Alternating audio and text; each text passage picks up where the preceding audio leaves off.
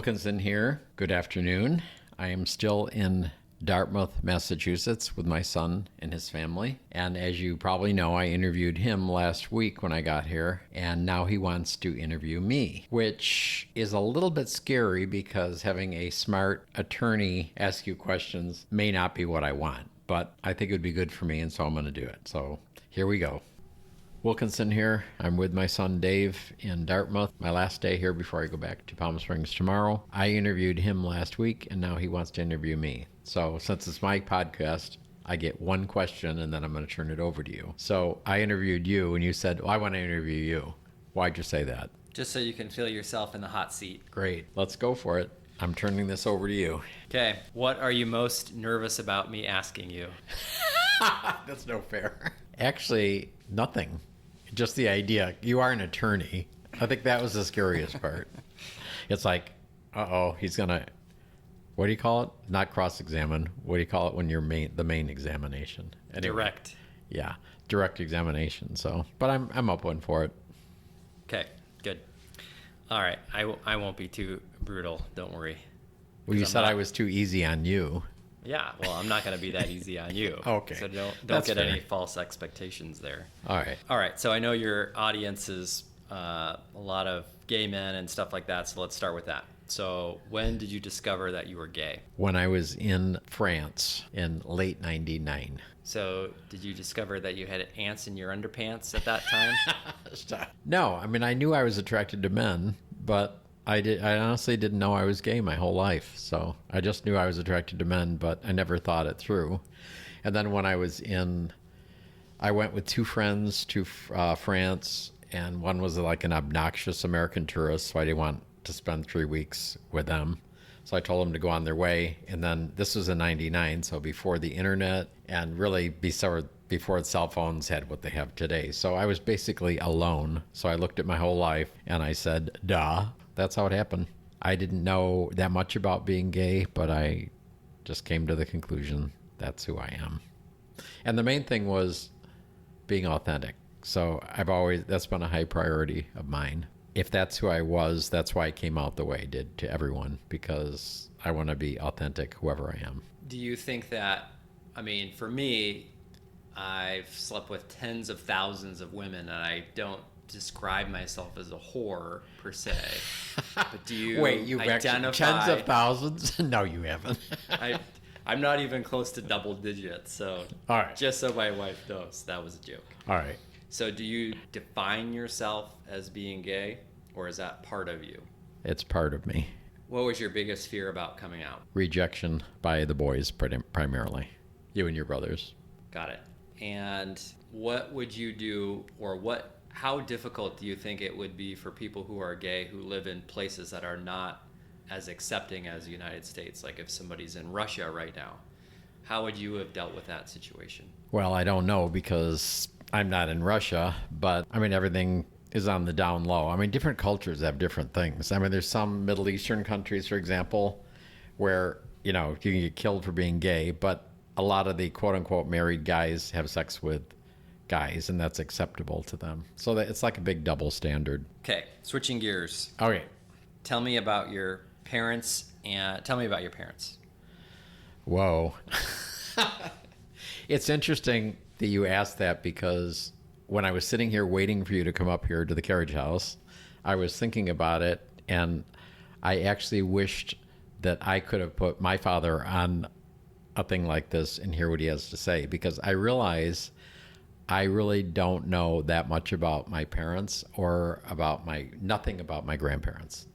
Like as you know, I'm James Wilkinson the 8th. So my father was the 7th, and his father obviously was the 6th. But that's all I know about him. I know the fact that he was James Wilkinson the 6th, and I know that he died a couple days before my sister Sunday was born in 1951, I think it was. And so that's all I know about him. Of course, as you get older and you get closer to the precipice of you being the last one, you think about stuff. I can remember after my parents died thinking, I want to call them up and tell them blah, blah, blah. And then I realized they're no longer there. There's no one, to talk to. And for me, since I have my parents are both gone, and my two, Joanne and Sunday, my sisters that I grew up with, are gone. I mean, I have my younger brother Dale and my sister Dawn, who I always referred to them as the second litter, but we were never close. I mean, I went in the Army when Dale was 5. And so I don't even have that to call them up and say, what about this or what about that? So, but anyway, getting back to my parents, your question. But that's my thought generally on that. But you may not have known this, but Grandma, before she met Pop, was an underwear model. Did you know that? I had no idea. She was an underwear model, and then she became a radio preacher. Do you know that? I did not know that. So she does explain where I get my good looks from, though. There you go. Yeah. Well, so it's kind of like, whoa, one thing, slide from one side to the other. And my father always took a passive role on everything. My mother was always the leader. So when she was on the radio, he used to do music. Of course, you'd never have this nowadays, but back in the day. And I don't remember any of this because it was basically pretty much before my time even. But he used to play the harmonica. Do you remember that? Mm-hmm. Oh, yeah. So he would play the harmonica on the radio with her. That's funny. Yeah. But, and she was a chalk talk artist. You know what that is? No. So she would go around to churches. She was an amazing artist, and she would basically preach as she had these giant sheets of paper up toward the front of the church. And she would do like these scenes that she could do in like 10 minutes. That was a big thing, like in the, I think, I don't know, 50s or something like that. She was also a perfectionist, and she basically destroyed most of the art that she created. She destroyed. I can remember a couple paintings. There was one that was really cool she did when she was 12, and it was amazing.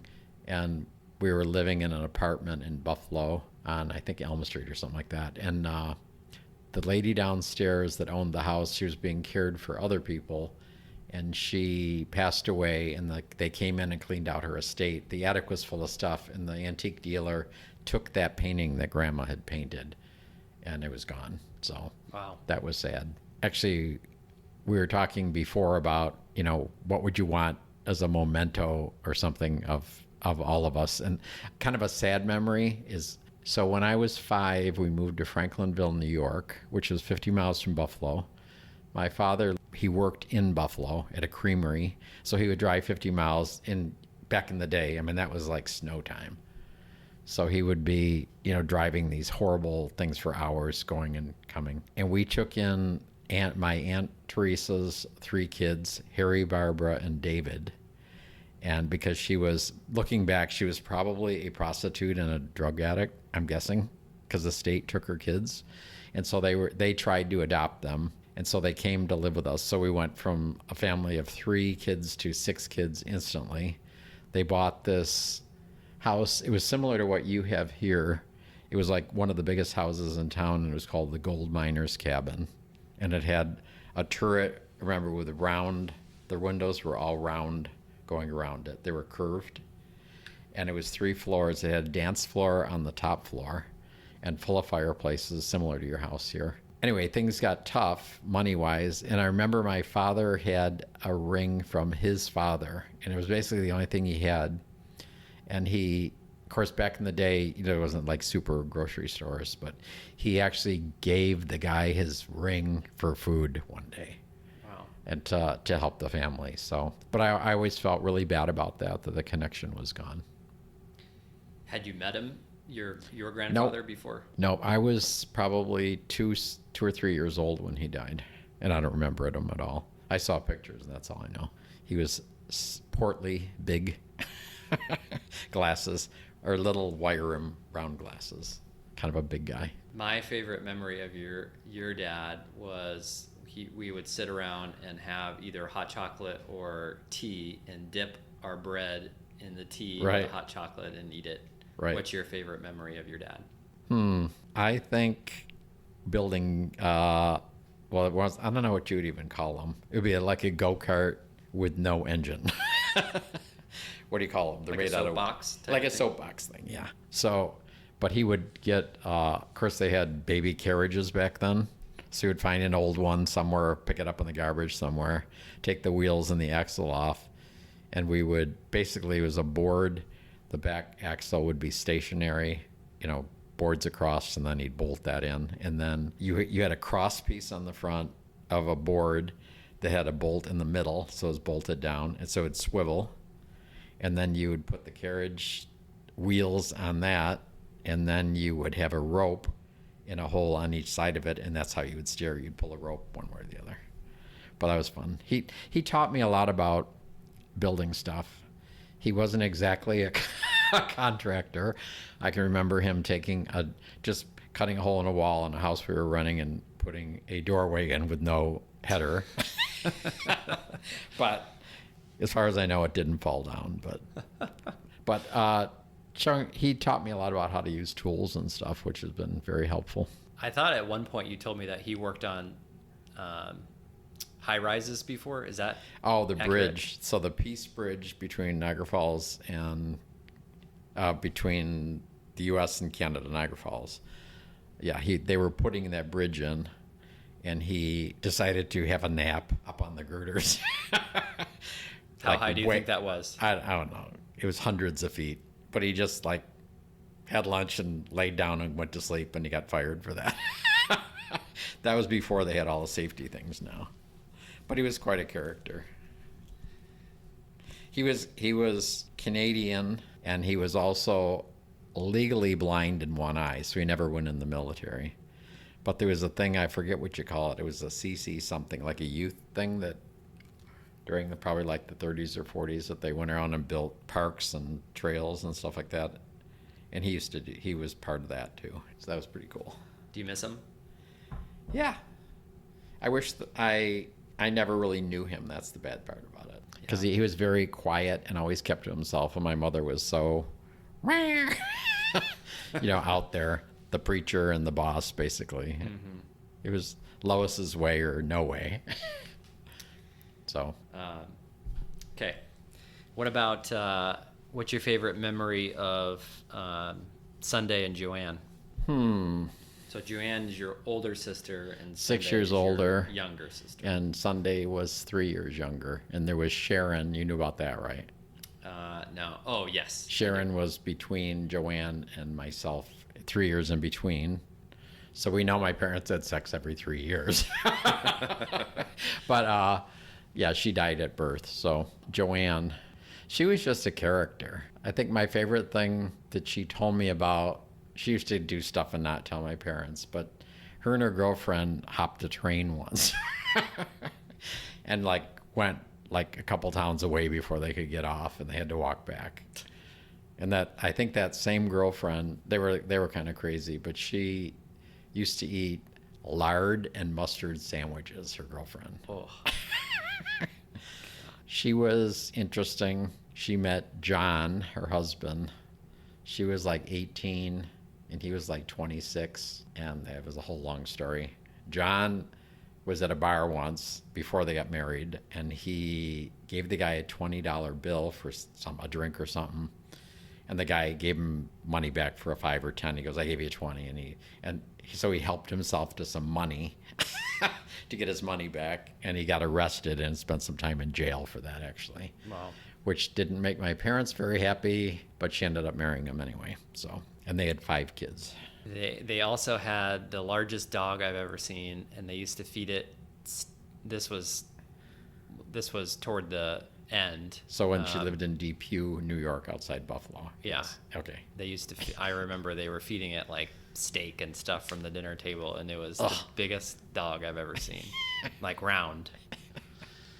Sunday. And then We didn't Sunday. talk about Yep. Sunday.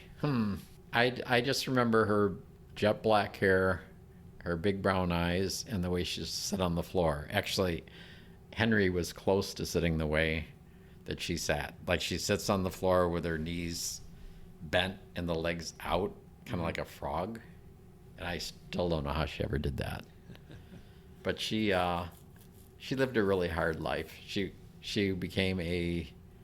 had juvenile diabetes when she was 8 and almost died. And as you probably remember, she got rheumatoid arthritis later. Just had a really, really hard life. But she seemed to make do with it and made something out of it.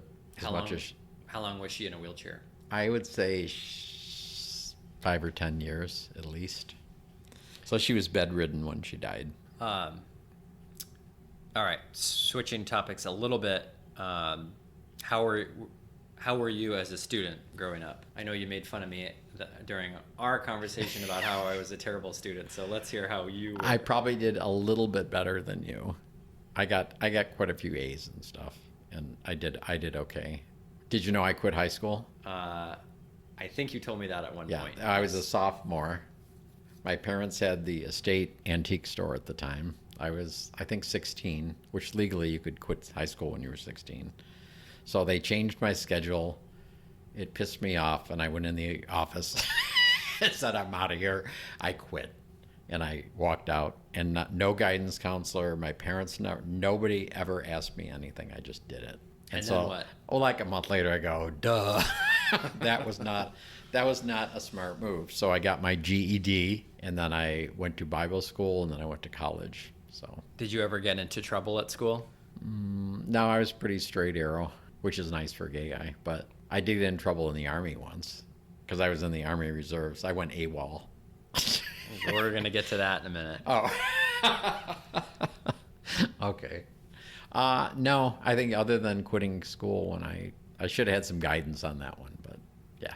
What's the most trouble you or your siblings that you can remember that either you or your siblings got into at home or at school? I didn't get into a lot of trouble. And looking back, I would say I never felt accepted, and I never felt loved that much by my parents. And so I was always having to do stuff to try to get the feeling I wanted. And so I was pretty much a good kid. I remember when I was like 13, every Sunday I would get up before anybody else got up, and I would clean the entire house, and I would make dinner for everybody every Sunday for like, I don't know how many, more than a year. Oh. But I did that to try to buy love, I think, looking back. Yeah. All right, Henry and Jack, if you're listening to this, I love you, but you could take a note. You could clean a little. All right, so tell me about the Army. First question: did you have to do the gas chamber at Yeah. basic training? Yes. What do you remember about that? It stung a little bit. That's it? Yep. Did you throw up? No. So The why? worst part about the Army doing active duty, basic, was I failed obstacle course because I'm klutzy. So, you know the big mud hole swampy thing? You have to crawl on it. No, you go on a log and stuff across it. Oh. No, I fell in. And probably the scariest thing was because this was during Vietnam. So it was the real thing, basic. It wasn't like we're playing games. It was like real. So you actually had a thing toward the end of basic where you crawled on your belly through an obstacle course with real bullets flying over your head. I don't know why they did that, come to think of it, but they did. Is that the one where you go under barbed wire too? Though, Yeah, you right? go under barbed wire, Yeah. you go through things over log. You gotta like stay on your stomach and don't lift your head up. And one of the weirdest things about, let's see. So I'll tell you a story. So I was 19 when I was in reserves. So when I was in, it must have been, I don't know, you can do the math. I think this is right. 3rd grade or 4th grade, something like that. It was a spring day. It was beautiful outside. And I said to myself, I was bored in school. I hated it. And I just said, I wish it was 10 years from now, right? So I had never thought about that until I was in the Army sitting in a bleacher while they were shooting empty ammo things that were sealed up, showing you what would happen to your head if you got hit with a bullet. It would blow it apart. So that's what they were teaching about. But during that time, I instantly went back and I figured it out whenever. I may be telling the date wrong when I started, but it was exactly 10 years before. And I was like, boom, here I am 10 years later, which raises the question, did I really live the 10 years or was I transported? I'll let you figure that out. Okay. Why did you join the Army? Because Keith, my ex-good friend, said, oh, let's join the reserves so we get out of the draft. So I joined the 365th Medical Unit. I signed up to be a medic. And after I was in, they kind of cheated me and made me an electrician. I had to go to electrician school. And then I became a truck driver, which you know me, that doesn't fit. But You thinking, look like a truck driver a little but bit. thinking back, I think that I don't know if being a medic and everything you would have seen would have been a very good idea for me. Because I'm, like you, sensitive in some ways, and I'm not sure that would have been a good idea. Do you think that, was there a chance that you would have got drafted if you didn't join the reserves? Yeah, I think after that they came out with the number thing, and I think I had like I would have been up. Yeah. So in hindsight, maybe it was a good thing. Yeah. All right, and then you went to college. I went to Bible school and then college So what was the reason to go to Bible school? because I was a religious fanatic due to grandma. What did you think? I was going to be a minister, and then I somewhere along the line figured out I don't really like being in front of groups talking because that doesn't work. So when I was at NIAC College outside New York City after Bible school, I switched to an English Lit major. Don't ask me any English Lit questions because I'm ignorant. But I jammed that for like a year and a half, got an English and Lit degree with a philosophy minor, and dumped the theology stuff. I didn't go on to seminary like I was going to go to. But you were involved in the church a lot after that. Yes, too much. And what do you think, if you were the pastor of a church today, what church would you be the pastor of? Well, since I don't go to church any longer, it would be one that was open and affirming, but not necessarily a gay church. There was a church in Seattle that I started going to before I moved to Palm Springs, and it was close. It was a big mega church. The pastor that was leading it read like 100 books on gay stuff and that, and he said we have to be accepting to everybody, and not just like you can sit in the pew and shut up, but you can be on staff if you're qualified to be on staff. And it cost the church big time. They eventually went from a mega church down to meeting in a school because they lost millions of dollars, and all the money walked out when he did that. But it would be a church like that. So my read on churches today is most of them are either anti-gay, which of course wouldn't work for me. They're accepting, but like I said, sit in the pew and shut up, because I think they do it partly just to be PC. And then there's the gay churches that would preach Jesus got in the boat and somehow make that about being gay, which has nothing to do with anything. And so I don't like either of those extremes. Something in the middle that just loves and accepts everybody, if I found one. What was your favorite house that you've ever lived in? Whoa. Probably 163rd. And what did you like about 163rd? Well, we were there for 14 years. So that was a biggie. Well, all you boys grew up there. Yeah, So that's the house I remember. Yeah, that's my favorite. Now, as a aside here, so when I grew up, my parents, I think, bought houses once or three times maybe. And my mother loved wallpaper.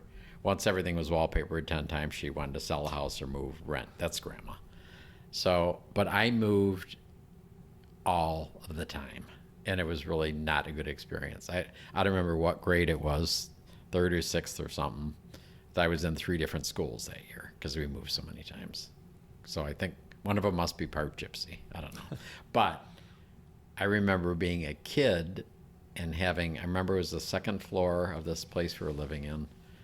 It was like a big wide hallway with kind of like a dead end area where railings are, where they go up to the next floor. Mm-hmm. And I had a big cardboard box, and that was my house. I didn't feel a place. I never felt a place. So the fact that we lived there for 14 years, that was good. And then you've lived in a bunch of different houses since then. That's because of my part gypsy is embedded in me, and then the real estate investment stuff. Yeah. But my waterfront place in Edmonds, I did own that 14 years as well.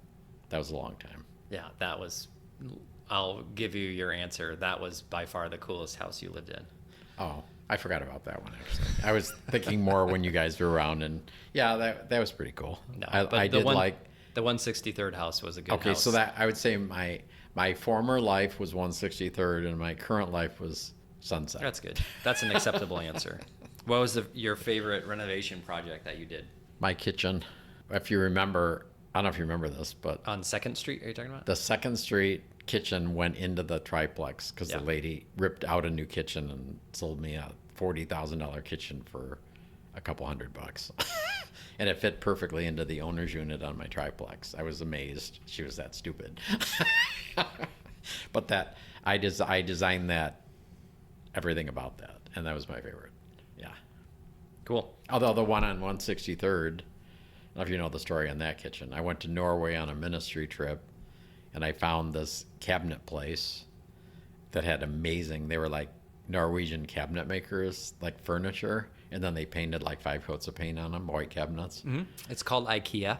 No, it's not IKEA. And they opened up a branch in Mount Lake Terrace, and that's where we got that kitchen for that thing. And it was a nightmare because everything was metric that they sent, and everything was feet and inches on this side.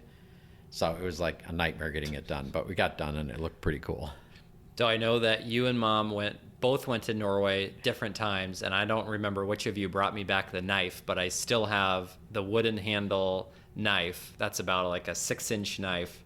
I have no idea how you got that on the airplane, but that was back in the day. Well, that was I went in 1988, so that was before the tourism stuff. Right. You could have knives and guns on the planes before that. And bombs. I remember that one of the projects that we did on that 2nd Street house in Edmonds is I helped you build the skylight. That was a really cool project that taught me a lot about drywalling and how much I hated it. Well, you and John did that, didn't you? Right. Didn't he help? Yeah. Oh, yeah. Yeah. For sure. That was pretty cool. It's too bad what she did to that house. Ugh. Say Levy. Yep. Not your problem. I got my money. I don't care. Move Yep. on. All right. So obviously, I'm your son. I have 2 brothers. What was your funniest parenting moment that you can remember? Ooh. I'll give you mine while you think about it. Although I don't know if it's my funniest parenting moment, but the one I always think of immediately is Meredith and I we took a drive and we went on a hike, I think. And then we were at this little town in the middle of nowhere, and they were having like a little parade or something like that. And Henry was probably, I don't know, 6 months old or 9 months old or something like that. And he had a blowout in his diaper that reached his hair. It was the grossest thing. It just was like a giant explosion. No. All right, funniest I moment. don't know. I think after the fact stuff, we were talking about this, or I was talking to Meredith, but I have all these systems I'd come up with. So my token system for TV, remember that? So I made a box, and you guys had so many tokens to watch basically whatever TV shows you wanted within reason, so many hours per week, and you had to use a token for I think every half hour. And then was it you that told me you were cheating and stealing the tokens out of them? That was Jim. Oh, Jim? Yeah. But you stole tokens, right? I didn't. I don't remember that I did. Really? Yeah. I thought you all did it. I don't think I did. Well, Was that's it idiotic I think finding system, by stuff the way. out after the fact can be some of the funniest stuff. You think you're doing such a good job, and then, yep. I think it was like an hour a week of TV, by the way. It was more than that. I don't know about that. All right, how about your scariest parenting moment? That would have to be Jim's car accident. Oh, yeah. Yeah, where he almost died. Yeah, that was a bad one. What's the memory, what's a good memory that you remember most about raising 3 boys? I think one of my best thinking about it was how you all got along. It was really good that you included each other, and I really liked that. Because you were approximately 6 years apart, which of course nobody did any calculations to figure out. We had, I don't know what it is, 18 or 20 years of teenagers in a row by doing that, which is not a good idea. But it worked out because you had enough distance between you that you cared for each other, and yet you didn't ignore each other. I mean, you did sometimes. You left a kid home or whatever, but you did a lot together, all of you. And I think that's the thing I like. One of the things that comes to mind. Yep, we did. We did a lot of outside and sports stuff. If you have any advice to young parents out there, what would that advice be? Don't overwork. That's the Good thing advice. I like watching you with the boys, that you have made I mean, you're an attorney, and in my real estate career, a lot of doctors and attorneys, and they don't do what you're doing. And I tip my hat to you on that. And I think it's really good how involved you are, because a lot of fathers don't do that, and they regret it later. But I don't think you'll have many regrets, because you're always doing stuff with the boys, and you make time for them. I appreciate that. I do, and there's nothing I'd rather do anyway. So, because who likes to work? All right, most successful thing that you've ever done in your life, and not having kids. You can't pick that. Okay. I made some good real estate deals. I mean, I've made money on properties. That's probably my best thing. And creating, I love creating. What's the best thing that you've created in your mind? That would have to be the Edmonds waterfront triplex. Yeah. Because that was a dump when I bought it. Total dump. And it was a shining masterpiece when I sold it. In fact, like I do in a lot of things, I finished everything just before I sold it. So you mentioned real estate. Why did you get into real estate as a career? Do you remember my job at Terrytown House? You were like 2. Do you know what that was? No. Terrytown House, I worked for a Jewish entrepreneurial cajillionaire, former Time Life editor named Robert Schwartz. And to make a long story short, he had the motel on the mountain in Rockland County, this is where I went to school outside New York City. And so IBM came to him one day and said, "This is kind of weird, but we want to rent your motel. We'll pay for everything. Take the beds out and stuff out of the bedrooms, put it in storage, and put tables and chairs. And we want to have our staff, workers captive there for a week." And they kept doing this like time after time the first year. And then he said, "This is a business." And he created the concept of a conference center. And so that's where I worked. Now, what was the question? Because I was going somewhere with that. Why you got involved in real estate? Oh, real estate. So Schwartz also, so this was 1978 when I left there. But in 1978, I had worked my way up from front desk clerk to director of sales at the conference center. And so he had all kinds of things that went on. He had Judith Christ, who used to be a movie critic for TV Guide and all that stuff. She'd bring movie stars, producers, directors, and they'd do film festivals once a month. The idea was he had a conference center with business people during the week, and what do you do on the weekend to get money coming in? So he did that. He had think tank stuff from people from all kinds of politicians from D.C., Margaret Mead, the anthropologist, Gail Shee, the author, all these people would come there. That was interesting. But he also ran a school for entrepreneurs in 1970s before anybody even knew what that word was. I mean, really, what's an entrepreneur? So I went in, didn't tell anybody that I worked at the conference center because I wanted to experience it. And it was like 2 weekend things. So a weekend of classes, blah, blah, blah. During the week, they had to write a business plan, which many of them had businesses but never did a business plan. Then the second weekend, there was more teaching, but he had venture capitalists, like real live venture capitalists there in the 70s. So think Shark Tank. Oh, yeah. But he was doing it back then. So one of the guys I met, his idea was to buy these ticky-tacky 1930s office buildings in Manhattan. And he had just bought one a while back. It was, I think, 9 floors. And so we went in and they gutted every floor. He kept one unit. I think he kept the top unit for himself. And he took the 1930s deco copper and brass elevator out of it and put it in his own unit and made it into a bathroom because they had to put a new elevator in. Like, they had to do electric, plumbing, and that kind of stuff. But they sold raw space, and he was getting the unheard of crazy high price for $100,000 per floor at that time. So anyway, when we moved to the Seattle area, I thought I want to do renovations and stuff like that. Well, the problem in Everett or Seattle is there's nothing to renovate. So I got into real estate thinking that would be a good basis for doing the whole thing. But then, you had Pioneer Square and you had Fairhaven up in Bellingham. And so there really wasn't anything around there to develop that way. So I just stayed in real estate. So that's how I got into it. That was a long way of saying, ow. Did you ever want to do anything other than real estate before that? Did you have any career aspirational I would have liked to have goals? been a designer or an architect, I think. Yeah. I probably could have been a lawyer too, but I don't know if that's fun for me. It's not fun. No, I think something creative. Probably architect. I would like that. It's a good creative job to have. Yep.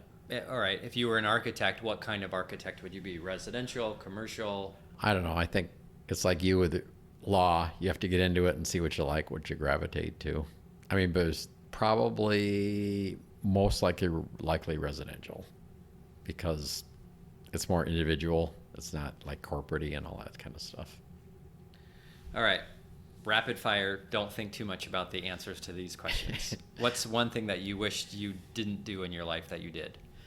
I wish that when the weekend Sunday died, I wish that I hadn't got on the plane because she wanted me to stay there a couple more days, and I had to quote unquote get back to work, and she died 2 days later alone. So that's a regret. What's the best gift you've ever given someone? Don't make it gross. Listening to them, What's the best gift you've ever received? being accepted. What's your favorite airline? Alaska. What's the best place you've ever been? It's probably a toss between Italy and France. Where you found the ants in your underpants? Yep. What's the worst name you've ever been called?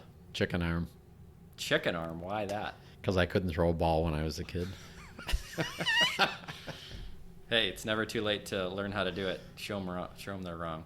Have you ever had your fortune told? No. I was going to ask you if you've ever had your fortune told, did the fortune come true? But obviously, can't ask you that one.